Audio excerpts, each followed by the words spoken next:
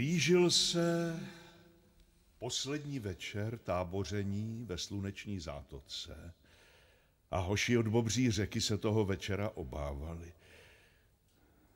Já to nevydržím, já to skutečně nevydržím, já budu strašně brečet.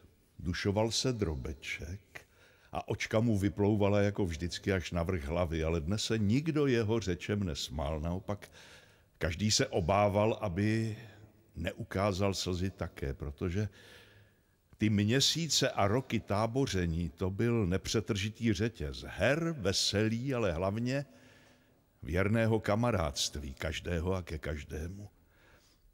Já bych si strašně přál, vykřikl Jirka, kdybychom se takhle spolu mohli potkávat rok co rok a třeba 20 let za sebou. 20 let, usykl Šťoura, člověče, 20 let.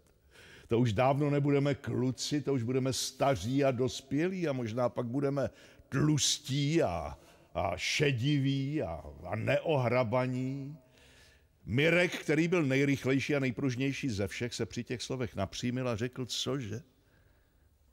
My, že jednou nebudeme kluci, my, že budeme tlustí a šediví a neohrabaní. Oči všech chlapců se podívali na Rykitana a Mirek se zeptal, Rykitane, že to není možné, že my taky jednou zestárneme. A Rykitan věděl, co má právě na tohle odpovědět.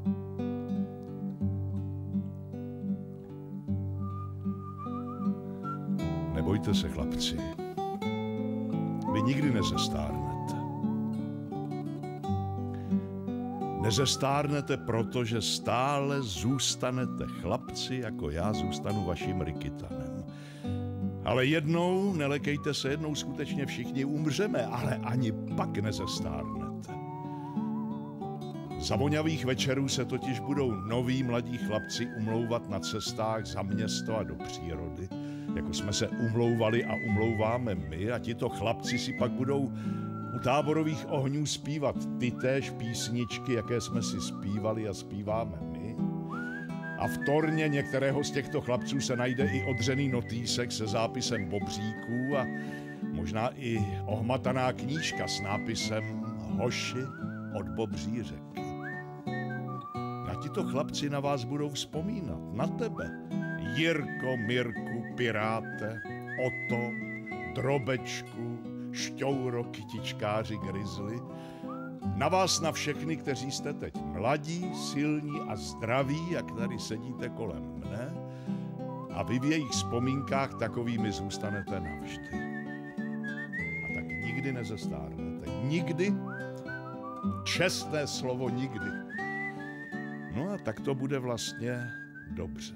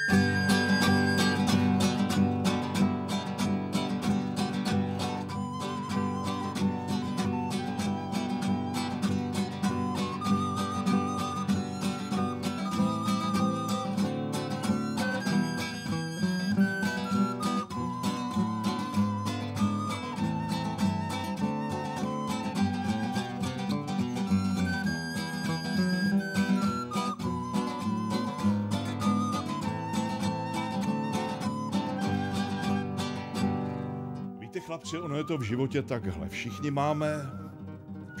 máme šanci být buď na prvním, anebo taky na posledním místě. Jenomže v lidském životě se musí o všechno bojovat a usilovat.